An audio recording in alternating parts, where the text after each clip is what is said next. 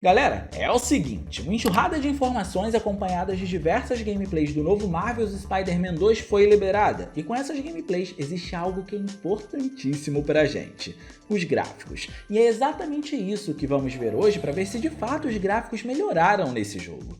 Na realidade, com todos esses vídeos que foram liberados, se olharmos para nossa última conversa com base em um pequeno trailer do novo Marvel's Spider-Man 2, muito do que a gente conseguiu analisar lá, naqueles poucos minutos, de fato se concretizou no game. O que é ótimo, mérito pra gente, é um sinal de que estamos conseguindo perceber bem os detalhes e estamos atentos às tecnologias que estão sendo utilizadas por aqui. Mas muito melhor do que isso é ver o tanto que esse jogo melhorou comparando com a demo dele. Quando Marvel's Spider-Man 2 apareceu pela primeira vez aqui no canal, nós tivemos muito do que reclamar, e parece que as reclamações sempre dão resultado, porque nós não fomos os únicos. A demonstração exibia visuais que não apenas não estavam à altura do que um PS5 enquanto console de nova geração pode fazer, como também tinha elementos que estavam inferiores quando comparados com as entradas anteriores da franquia, especialmente se olharmos para o quão incrível Miles Morales foi no PS5, mesmo sendo um título que cruza gerações, afinal ele também foi lançado para PS4. Só que acreditem, muita coisa foi melhorada nesse jogo,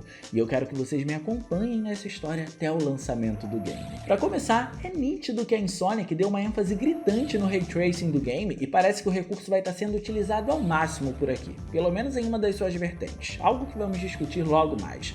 O ponto é que uma das grandes responsabilidades da nova geração está sendo valorizada aqui, mas pelo visto ela não é a única. E o mais impressionante dentro desse trabalho é que para uma poder aparecer, a outra não precisou deixar de existir. Por isso, pra gente ir nessas miudezas e entender o que tá acontecendo, não esquece de clicar no gostei, porque isso ajuda pra caramba e de quebra você faz a boa ação do dia, e se inscreve no canal ativando o sininho das notificações para não perder os vídeos de terças, quintas e sextas às 19 horas. Combinado?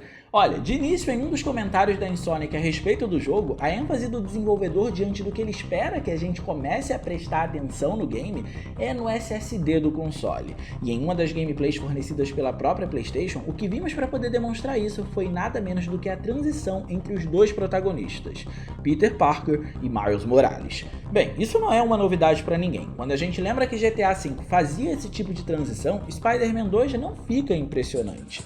Bem pelo contrário, o que fica impressionante é o GTA V que fazia essa proeza usando um HD tradicional e não um SSD. Por isso, dentro dessa nova geração, o que realmente impressiona é tudo que vem acompanhado dessa transição, e não a transição propriamente dita. E nesse caso, o tudo ao qual nós estamos nos referindo está diretamente atrelado ao Ray Tracing. Para ficar de mais fácil entendimento, vamos colocar o uso do Ray Tracing por nichos por aqui, porque cada nicho tem muitas responsabilidades que ocorrem paralelamente a ele, e isso vai ajudar vocês a entenderem como a técnica parece ser fundamental por aqui. Na troca imediata para Peter Parker, o que a gente logo tem acesso é a cidade de Nova York, e dessa vez ela tá maior, tá com o dobro de tamanho. Mas junto dessa responsabilidade na extensão do tamanho, que não é pouca, outras duas responsabilidades aparentemente bem concluídas impressionam e dificultam ainda mais o trabalho para o hardware. Primeiro, o quanto eles conseguiram deixar a cidade mais viva mesmo considerando esse acréscimo no tamanho. De alguma forma, vamos encontrar o que podemos chamar talvez de mini-eventos gráficos acontecendo enquanto o personagem vai percorrendo seu trajeto. E quando me refiro a mini-eventos, não estou dizendo que esses mini-eventos são missões ou algo do tipo, isso precisa ficar bem claro, mas sim a influência de algumas ações se refletindo diretamente no ambiente, como alguma estrutura sendo destruída ou carros explodindo. Não estou dizendo que essa é a coisa mais impressionante que a gente vai ver em um game de mundo aberto na nova geração, mas é algo que dá mais naturalidade para o ambiente, mostra um avanço quando comparamos com os jogos anteriores e que parece que está acontecendo com mais frequência do que da última vez que a gente viu uma aparição do jogo. E isso ainda é acompanhado de algo fundamental, um maior número de NPCs foi apresentado. Parece que colocar os jogos anteriores nos PCs fez muito bem ao próximo game da saga. No PC conseguimos controlar a densidade demográfica da cidade, e isso inclui a quantidade de carros junto a de pedestres que estão nas ruas. Comparando os jogos na versão de PC com a versão de PS5, eu diria que houve um aumento exponencial nesse sentido quando você coloca esse tipo de configuração no máximo. E quando a gente para pensar que esse tipo de configuração mais alta foi considerado para uma cidade que agora é muito maior, isso quer dizer que essa tarefa de povoamento ficou muito muito mais difícil, e mesmo assim parece que concluíram com um certo sucesso. As ruas estão mais movimentadas sem sombra de dúvidas. Só que claro, ainda temos a segunda responsabilidade que nos prende à cidade e torna essa renderização mais dificultosa para o PS5, que é o Ray Tracing. Na verdade, o tipo de aplicação de Ray Tracing. Aplicaram Ray Tracing em todas as superfícies que são passíveis de reflexos por aqui. À medida que o personagem vai se movimentando soltando teia desenfreadamente de um lado para o outro, é impossível não reparar no reflexo acontecendo em tempo real nos prédios que ele está próximo.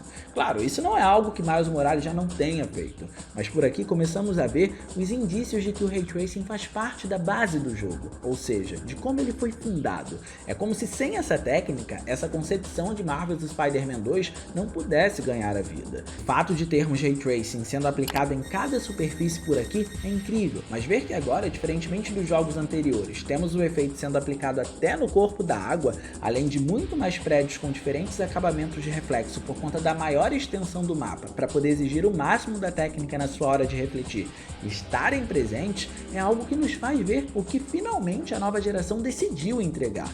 O jogo mostrou ter Ray Tracing até numa simples poça d'água, e cada superfície vai apresentar um reflexo diferente de acordo com o tipo de material. Por isso é um feito e tanto eles trazerem Ray Tracing pra cá, num jogo de mundo aberto. E nós estamos prestes a ver essa distinção na prática, mas se você está se perguntando por que é mais fácil que o normal ficar impressionado com o uso do Ray Tracing por aqui, eu te explico. O que acontece é que o novo Spider-Man vai usar 3 modos de jogo, um com foco em 30 FPS, que muito provavelmente vai usar o 4K nativo na resolução, assim como foi com Miles Morales, o outro com foco nos 40 quadros, que muito provavelmente vai se focar na mesmíssima resolução, porém vai ser destinado a quem tem TVs de 120 Hz, já que elas são as únicas que dão margem para esse modo ser executado, e por fim o modo Performance, que é um modo que tem 60 quadros por segundo como objetivo, e a gente pode pressupor que ele vai usar uma resolução dinâmica. Todos esses modos, por mais surpreendente que pareça, vão ter Ray Tracing. Esse é só mais um indício de que o Ray Tracing faz parte da base do jogo. Sem ele não seria construído. Mas vamos a fundo com isso em mente agora.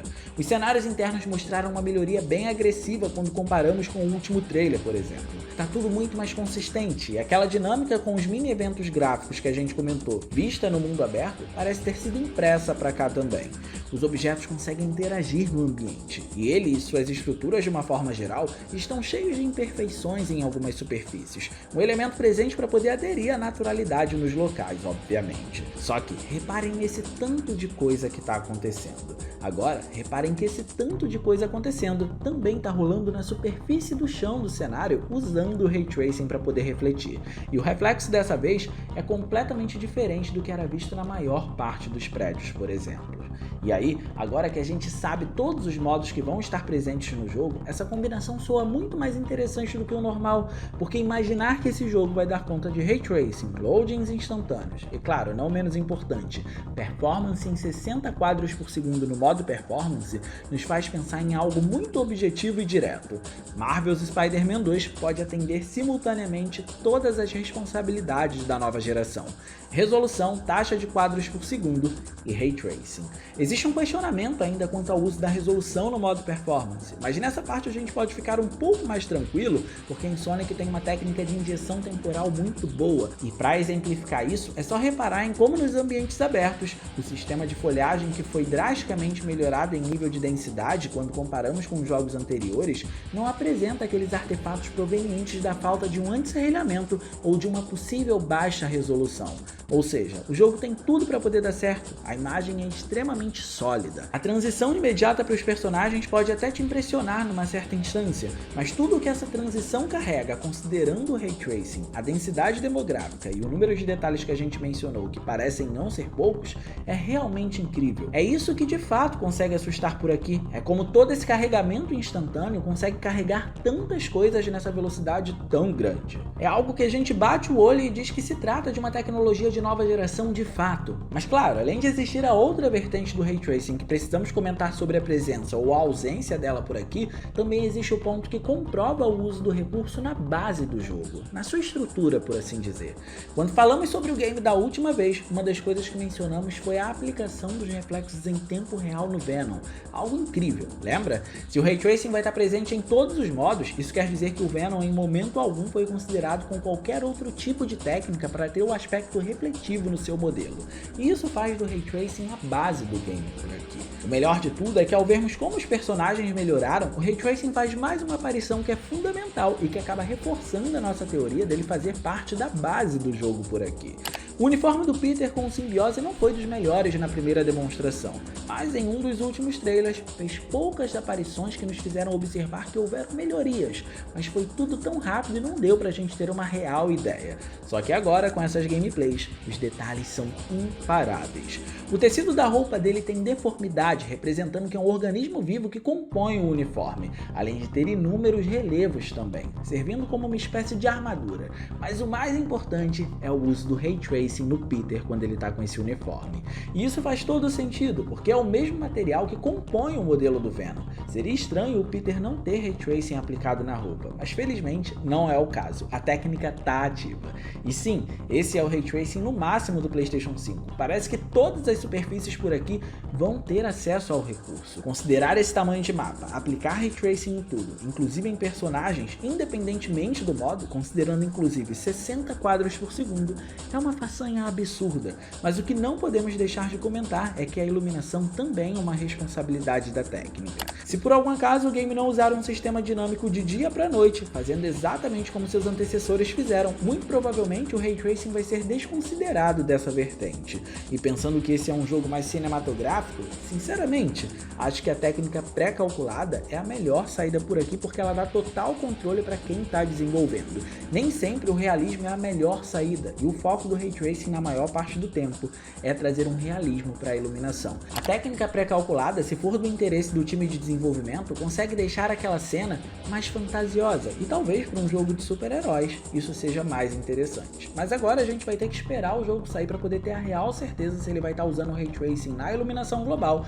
ou se o foco foi nos reflexos. De todas as formas, só o fato dele estar considerando o recurso com 60 quadros por segundo é algo realmente incrível. Mas deixa aqui no campo dos comentários o que você está achando dos gráficos de Marvel's Spider-Man 2. Você acha que ele está entregando uma experiência de nova geração? Você esperava mais? Eu quero saber o que você pensa sobre, beleza? E no mais, eu vou ficando por aqui. Eu espero muito que vocês tenham gostado desse vídeo. Se vocês gostaram, não se esqueçam de clicar no gostei, porque isso ajuda pra caramba. E de quebra você faz a boa ação do dia e se inscreve no canal ativando o sininho das notificações para não perder os vídeos de terças, quintas e sextas às 19 horas. Minhas redes sociais vão estar aparecendo por aqui, se vocês quiserem trocar uma ideia, sou todo ouvidos. Era isso, um grande abraço e a gente vai se ver na próxima.